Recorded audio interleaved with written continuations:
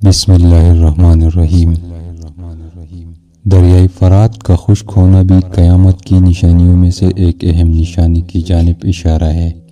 اس دریا کے خشک ہونے کے بعد دنیا کی آخری جنگ برمادون یا ارماگڈن جنگ کا آغاز ہوگا، جسے قیامت کی باقی نشانیوں کی طرح اس نشانے کے بارے میں بھی حضرت محمد صلی اللہ علیہ وسلم نے فرمایا تھا۔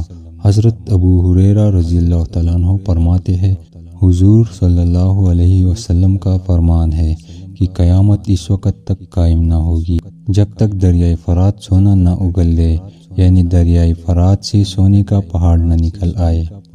اس سونے کی وجہ سے ایک خوفناک جنگ چھڑے گی جس میں 100 سے 99 شخص مارے جائیں گے، جبکہ ہر شخص کی یہ سوچ ہوگی کہ میں اس جنگ میں صحیح سالم نکل کر اس سونے کو حاصل کر لوں گا۔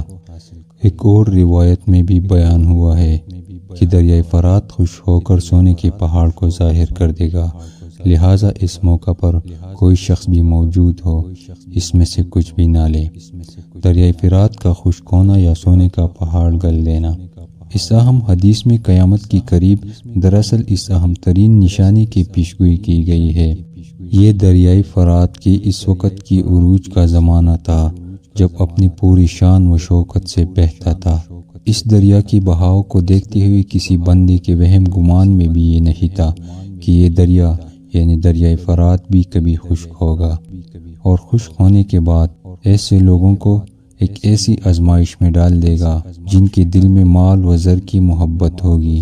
اس آزمائش میں پڑنے والے وہ لوگ ہوں گے جو دنیاوی دولت کی پجاری ہوں گے، جبکہ اس میں ایک گروہ ایسا بھی ہوگا جو رسول اللہ صلی اللہ علیہ وسلم کی حدیث کے مطابق اس آزمائش سے دور رہیں گے۔ یہ آزمائش ان دو گروہوں میں فرق کو واضح کرنے والی ہوگی۔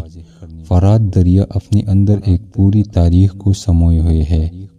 فرات یعنی صاف پانی۔ اس دریا کی شروعات ترکی سے ہوتی ہوئی شام، عراق، گلف سے جا ملتا ہے۔ نہر الکما جسے اس دریا کے ایک کنارے سے نکالا گیا تھا، اس نہر کے کنارے واقعی کربلا پیش آیا تھا جب حضرت امام حسین رضی اللہ تعالیٰ عنہ اور ان کے ساتھیوں پر اس دریا کا پانی بند کر دیا گیا تھا۔ یہی وجہ ہے کہ اس دریا کے متعلق اسلامی تاریخ و روایات میں متعدد جگہ پر ذکر بیان ہوا ہے۔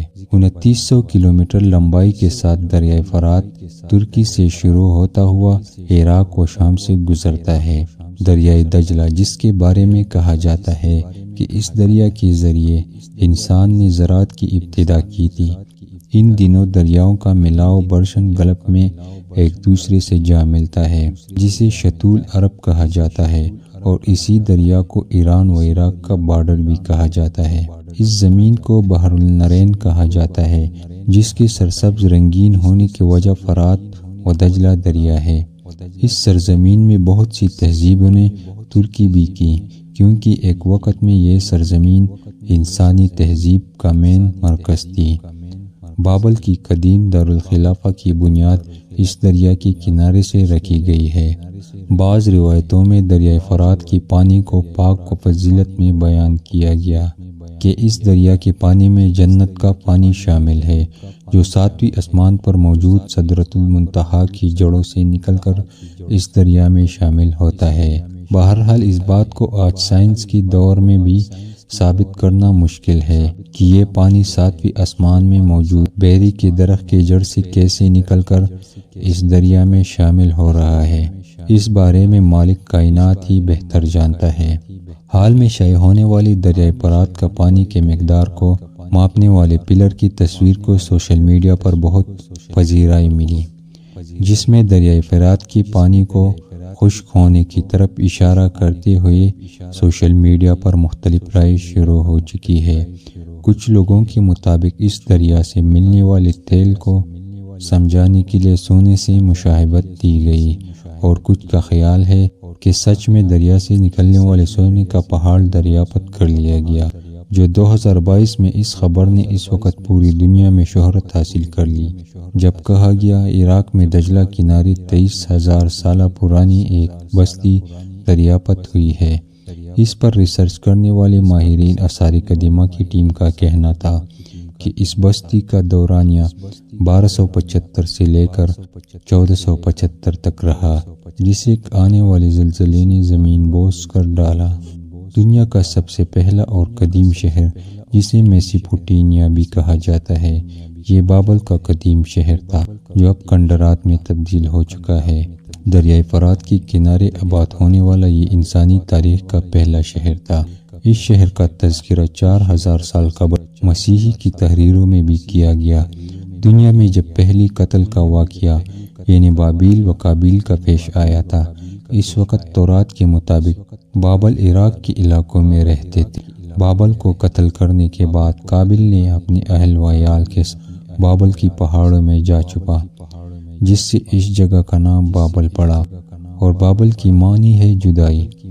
حضرت ادریس علیہ السلام کے دور نبوت میں قابیل کی اولادوں نے بہت فساد برپا کر رکھا تھا، اور قابیل کے اولادوں نے پہاڑوں سے نیچے اتر کر بھی فساد برپا کرنا شروع کر دیا۔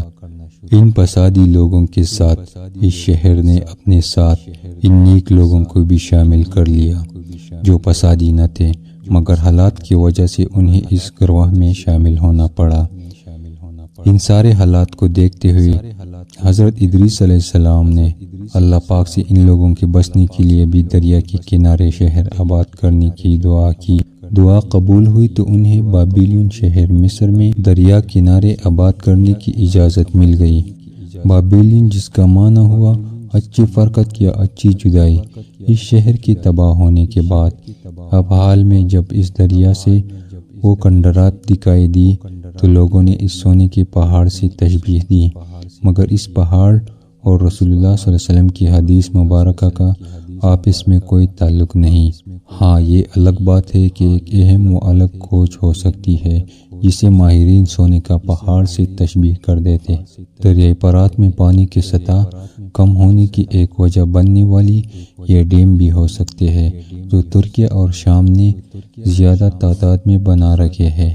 اس دریا پر بننے والا پہلا ڈیم 1970 میں ترکی نے شام کے بارڈر پر بنایا، اور اس کا پانی مکمل بند کرنے کی وجہ سے ترکی اور شام کا یہ درمیانی حصہ بالکل خشک ہونے کی وجہ سے یہ قدیم شہر دریافت ہو گیا۔ کیونکہ بابل شہر قدیم ثقافتوں کا مرکز تھا، بعض لوگوں کے مطابق اس علاقے میں خزانے موجود ہو سکتا ہے، جیسا کہ دریافت ہونے والی قدیم بستیوں سے خزانے کے آثار نمودار ہو چکے ہیں، اور قریب جوار میں بسنے والے لوگ ان چھوٹی چھوٹی چٹانوں سے اس خزانے کو نکالا کرتے تھے، مگر یہ چھوٹی چھوٹی چٹانیں بھی آنے والے زلزلے کی وجہ سے دریا کے نیچے دفن ہو گئے ہیں۔ آج بھی ان چھوٹی چھوٹی چٹانوں کو ڈھونڈ کر دریائے فرات سے خزانے کو نکالا جاتا ہے، جسے بنیاد بنا کر اس پیشن گوئی کو ثابت کرنے کی کوشش کی جاتی ہے، مگر حقیقت تو یہ ہے کہ اب تک دریائے فرات سے وافر مقدار میں کوئی خزانہ یا سونے کی کثیر مقدار نہیں ملی۔ اور دوسرا، رسول اللہ صلی اللہ علیہ وسلم کی حدیث مبارکہ کے مطابق اس دریا کو مکمل خشک ہونا تھا، جبکہ اس کے اندر ابھی تک پانی موجود ہے۔ بطور مسلمان ہمارا اس بات پر یقین ہے کہ دریا خشک ہو جانے کے بعد تو ممکن ہے کہ یہ خزانہ انسانوں کو مل جائے یا خود خدا اسے ظاہر فرما دے۔ اگر دریا نے اپنی خشک ہونے کی سپیڈ کو اس طرح جاری رکھی تو ممکن ہے یہ عمل 1 سے 2 سال تک ہی دیکھنے کو مل جائے گا۔ اس دریا کے مطابق پھیلنے والی خبریں من گڑت کہانیوں کے علاوہ کچھ نہیں، کیونکہ رسول اللہ صلی اللہ علیہ وآلہ وسلم کے مطابق واضح طور پر سونے کی پہاڑ کا ذکر ہے یا خزانے کا، نہ کہ کسی دولت کا۔ اس لیے علماء کرام کے مطابق اس کا کوئی متبادل نہیں ہو سکتا۔ یہ سونے کا پہاڑ ہی ہے جو عنقریب ظاہر ہو کر رہے گا۔ اس کا وقت سمے کیا ہوگا، یہ ہر ذرے کا مالک پاک پروردگار ہی بہتر جانتا ہے۔